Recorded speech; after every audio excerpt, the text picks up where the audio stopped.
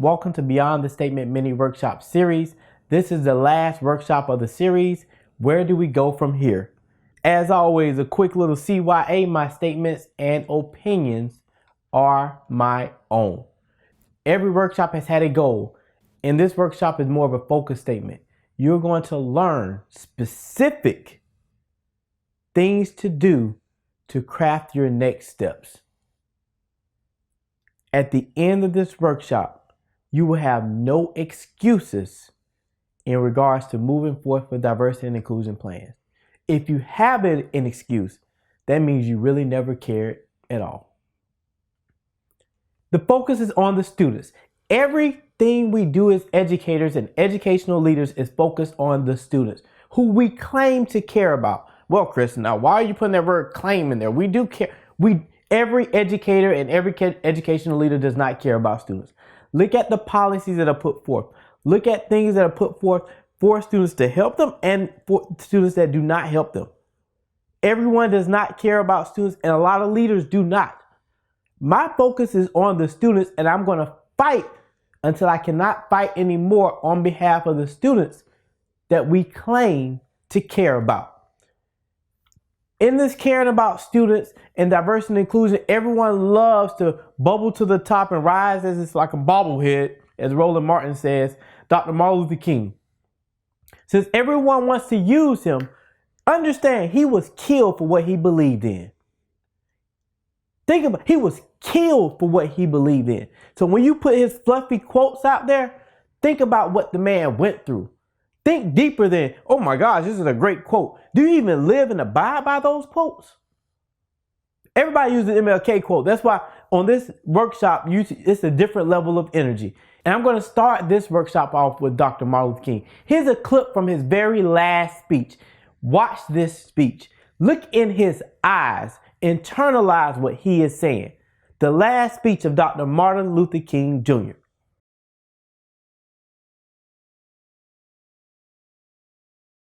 All we say to America is be true to what you said on paper.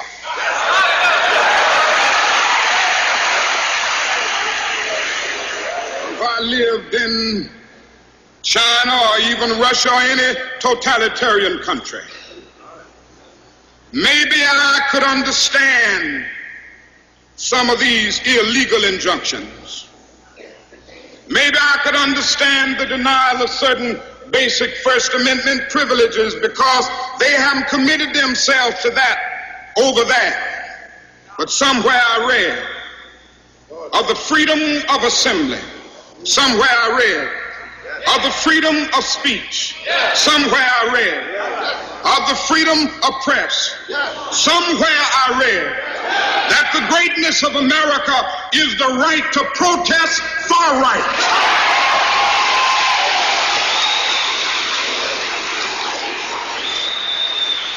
And so just as I say we aren't going to let any dogs or water hoses turn us around, we aren't going to let any injunction turn us around.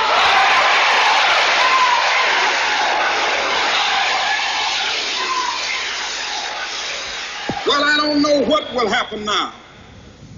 We've got some difficult days ahead. But it really doesn't matter with me now because I've been to the mountaintop.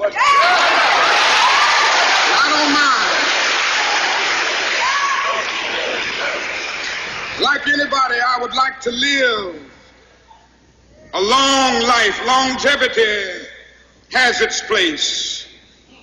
But I'm not concerned about that now. I just want to do God's will. And He's allowed me to go up to the mountain. And I've looked over and I've seen the promised land. I may not get there with you, but I want you to know tonight that we as a people will get to the promised land.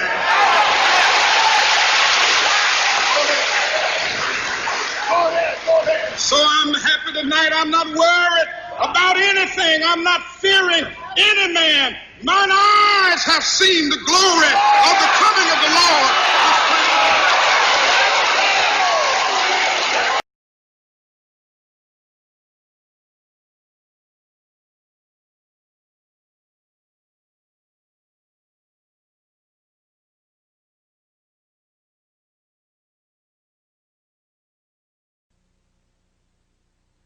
This is a CBS News special report. Dan Rather reporting for CBS News from New York. The Reverend Martin Luther King Jr. was shot to death by an assassin late today as he stood on a balcony in Memphis, Tennessee.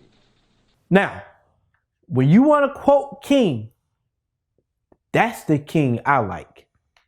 That's the King that was killed for what he believed in, his deep-rooted convictions and values. In the last workshop, I told you there was a book that I was going to recommend in this workshop. That book is Where Do We Go From Here? Community or Chaos by Dr. Martin Luther King Jr. This is one of his, I believe, worst-selling books. It was possibly his best. This book was written in the 60s. It reads in a present-day sense. Every educational leader needs to read this book. In this workshop, I'm going to specific recommendations because everyone I talk to in this work, the ones that really are not committed, they find every excuse in the world not to do things. From Chris, we don't have any plans in place. Chris, we lack diversity. Chris, we don't have a computer. Chris, we don't have a phone. Chris, we can't meet on Fridays. All sorts of excuses. Here are some specific things that can be done immediately. I'm not even going to say tomorrow, immediately. If you care. At the end of this workshop series, if nothing changes within your organization, it just showed who your organization really is. And they really never cared about students. They only cared about making money. Yeah, I said it.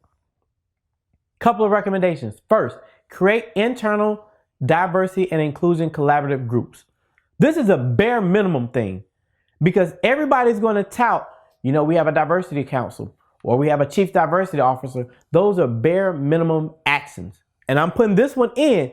If you don't even have this, if your organization does not have this, you really don't care about diversity and inclusion.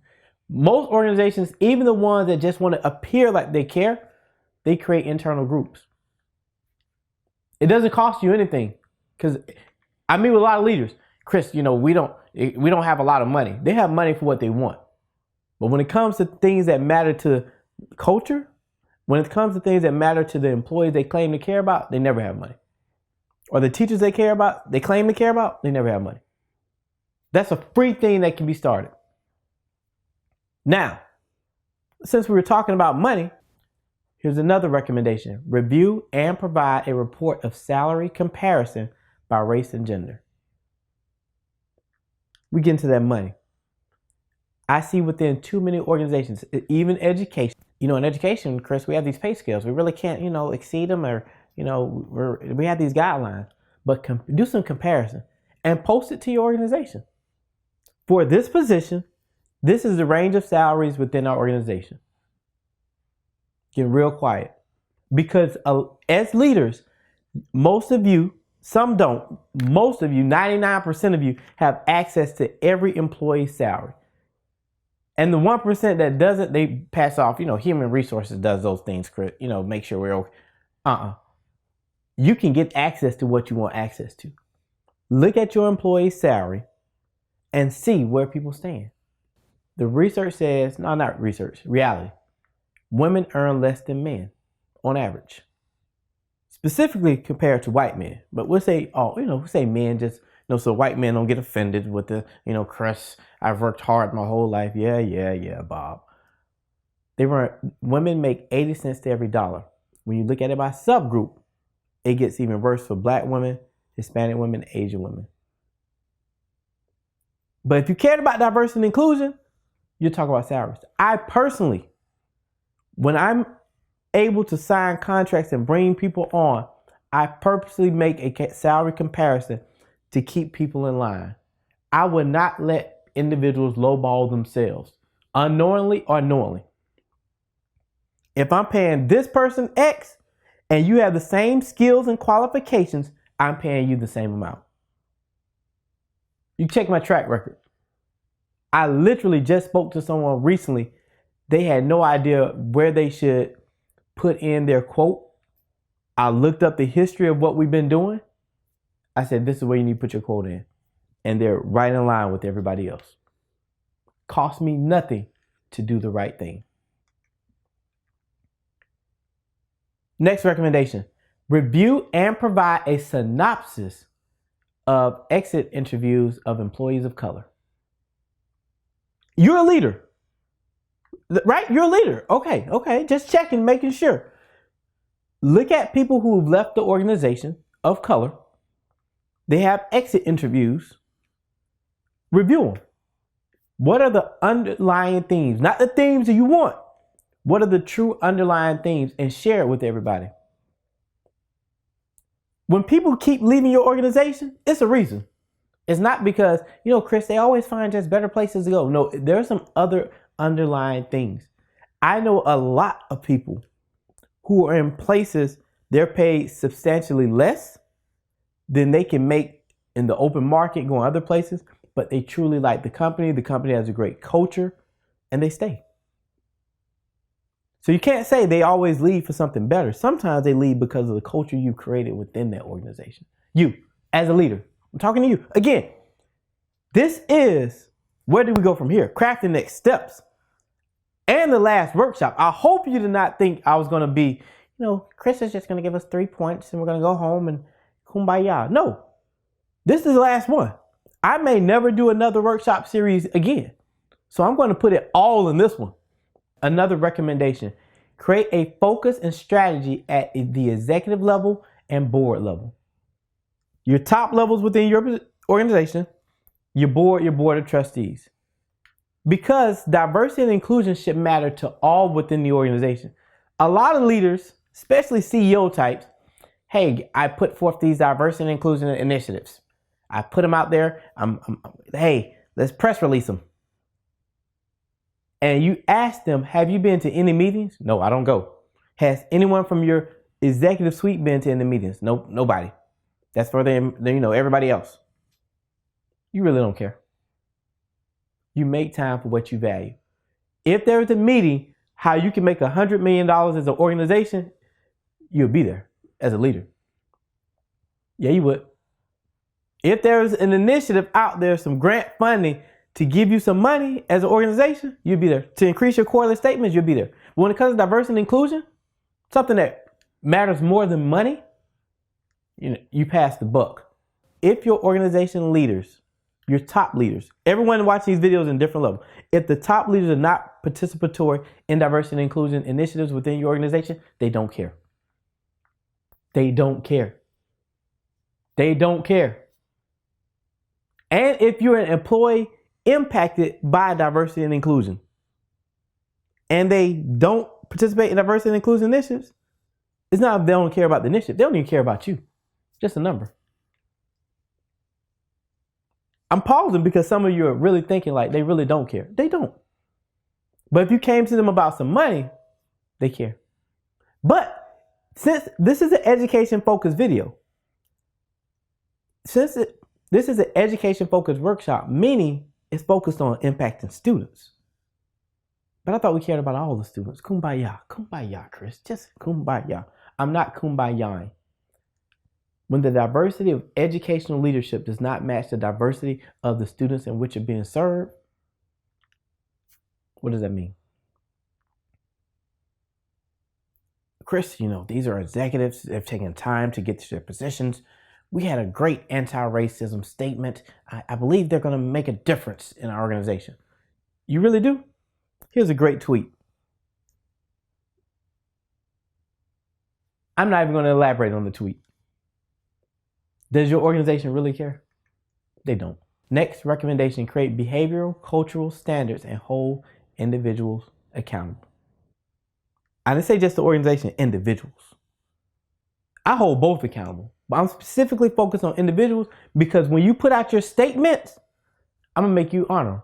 I sent an email recently to a major organization. I read part of the email on a prior workshop and I called out the crap within their statements. And I also said, I'm going to hold you accountable.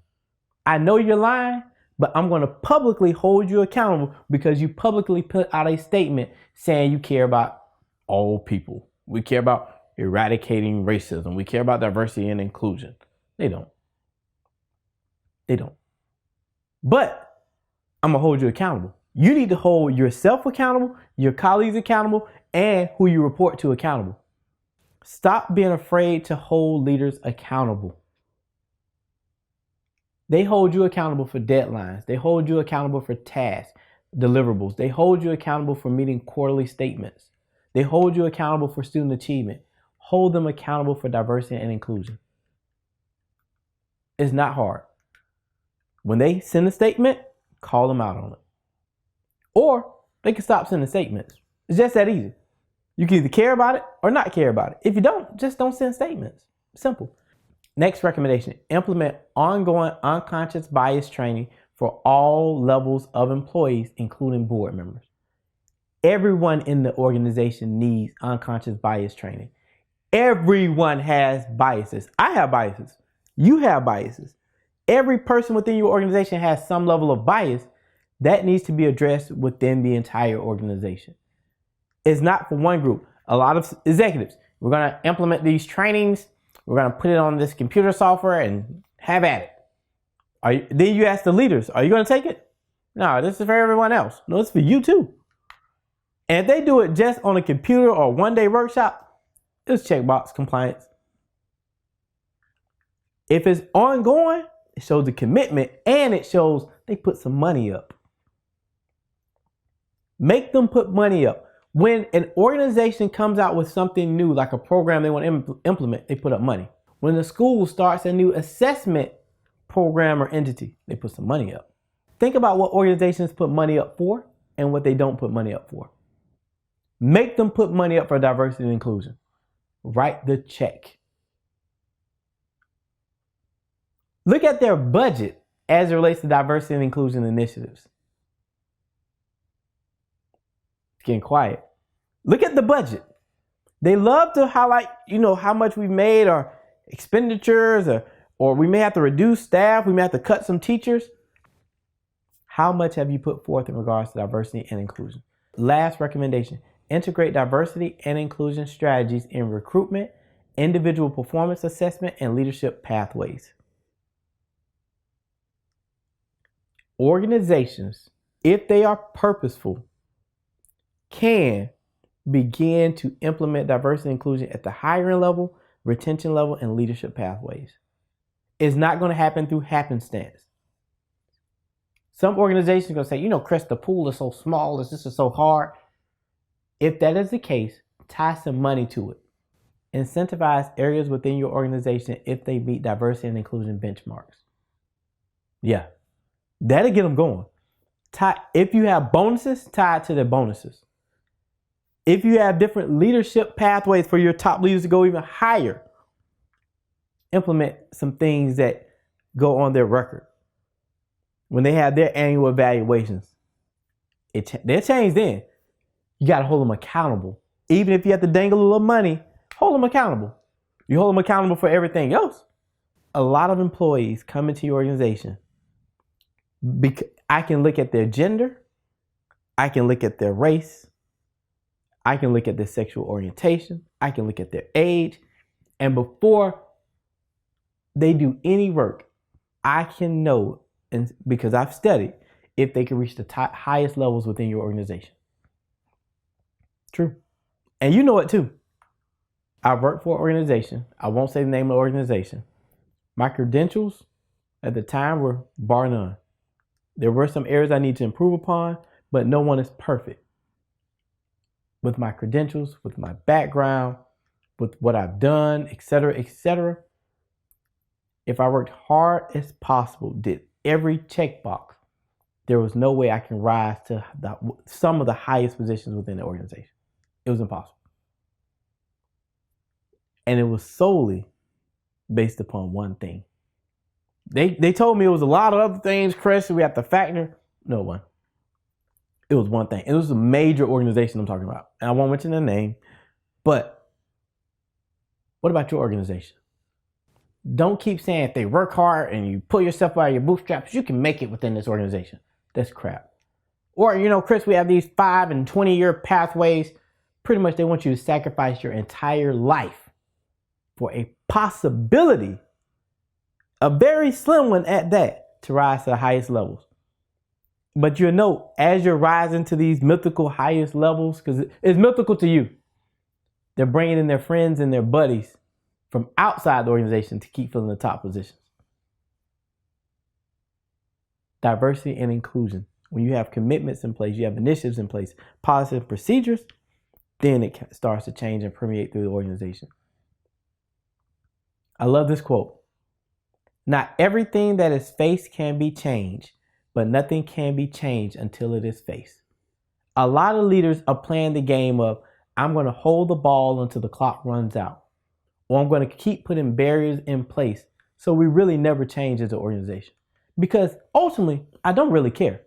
As long as my family's fed, my friends are fed, I really don't care about everybody else.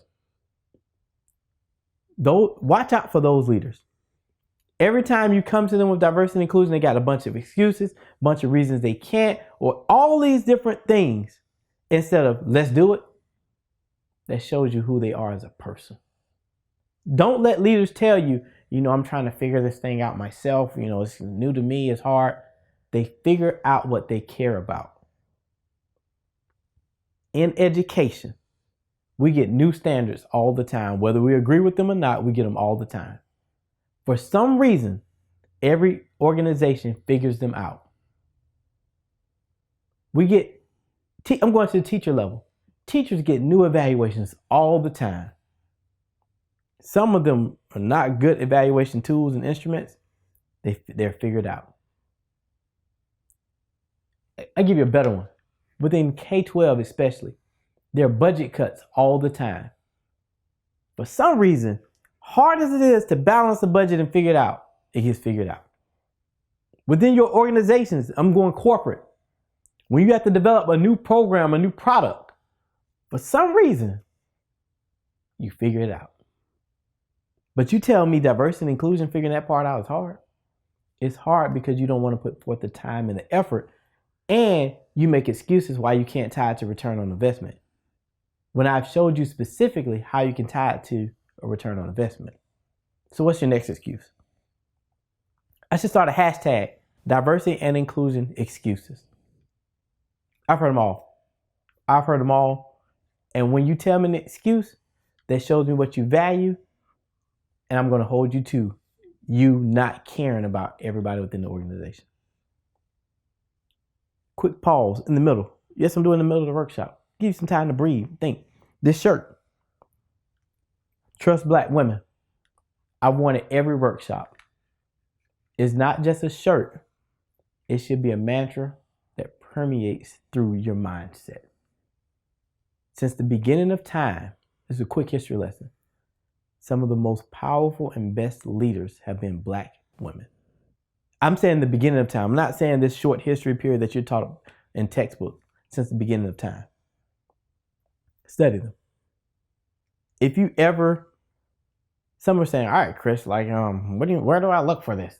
It's probably not in your textbooks because you probably don't use or produce materials that have diverse authorship teams. But if you email me or message me, I give you one or two just to research, just for fun. But I've always found the answers. Anytime I have a major problem or issue, a Black woman has the answer. Again, I'm talking to leaders, right?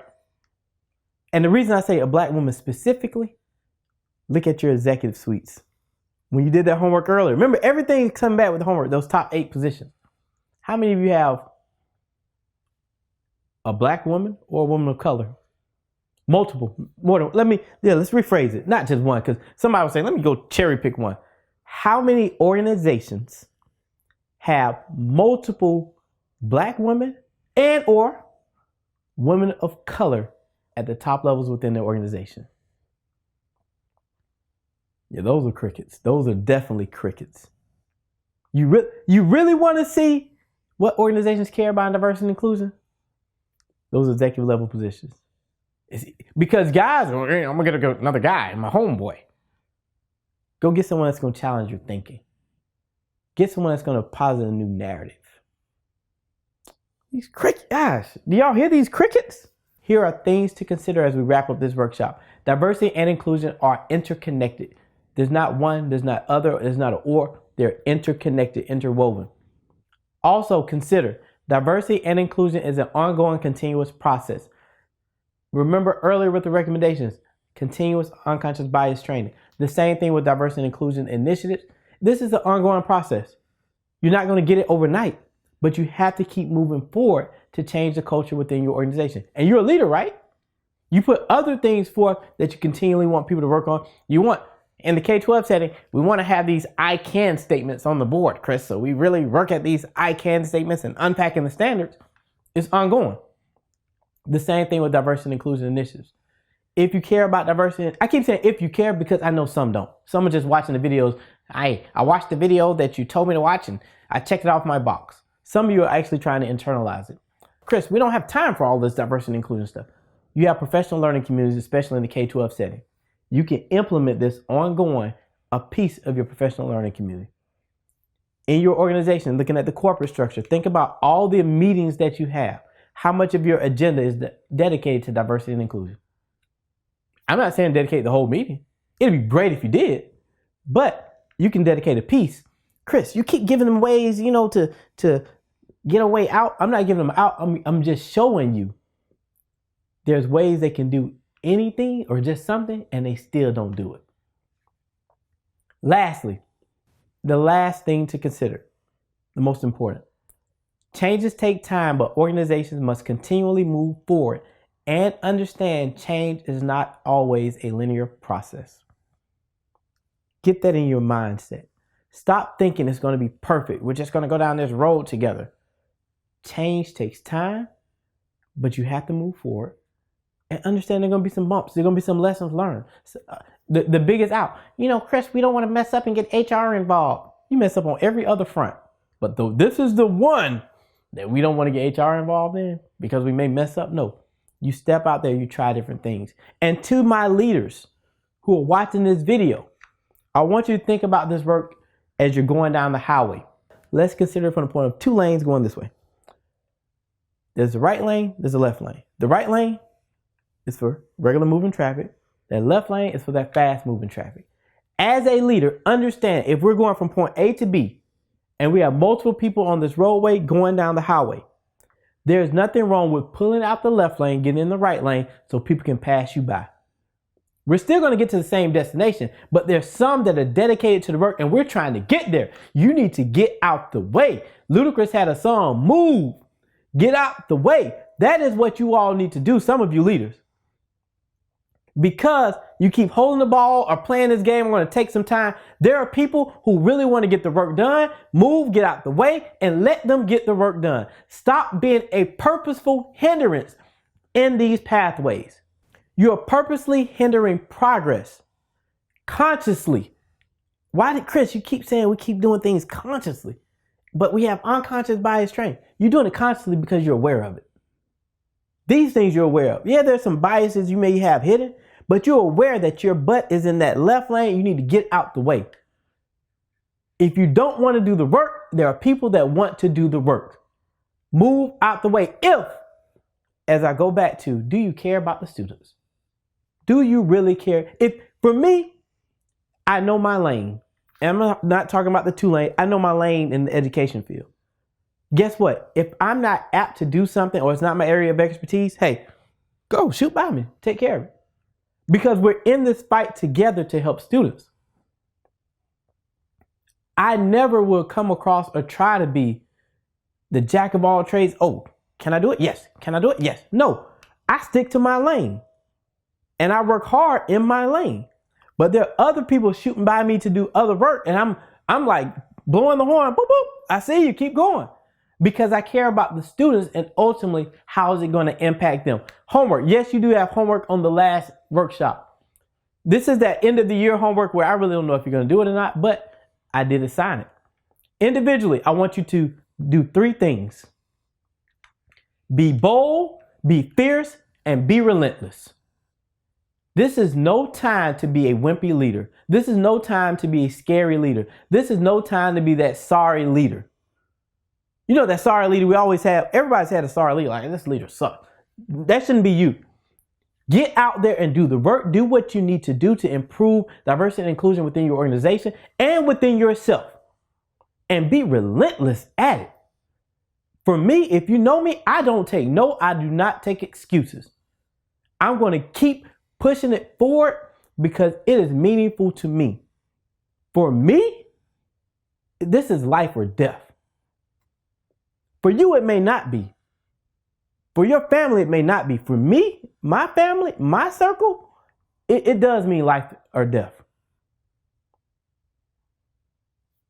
Organizational homework. Less performative actions. This performative crap is so, to people who care about diversity and inclusion, it pisses us off. That's the best word. It does. Performative stuff. What is performative stuff? We're going to create these groups. We're going to, have listening sessions. We're going to bring in speakers. We're going to issue some statements. We're going to do a painting. What the heck what does that matter for? For you to say, people do those things because they look good on marketing. It looks good. Oh my gosh, we got a painting. Put it out there. We brought on a speaker. Put it out there. We took a knee for 8 minutes and 46 seconds. Let's put that picture out there. Let's do some reading groups. Actions. More actions. More policies. More funding. More accountability. More action. Action. Action. As an organization, if you're not taking action, you're not doing anything. If you're not taking actions, you are not doing, and those not performative actions, actions that actually mean something. Put your money where your mouth is. Thank you to each and every one of you for tuning into this math workshop series. I truly appreciate each and every one of you. If there's some things that you like, please let me know. If there are things you did not like, let me know. I am a trained mathematics educator. That's my area of expertise. I'm going to end this workshop with a math task. If you look at it and say, that is so wrong, if you believe that, you are part of the diversity and inclusion problem.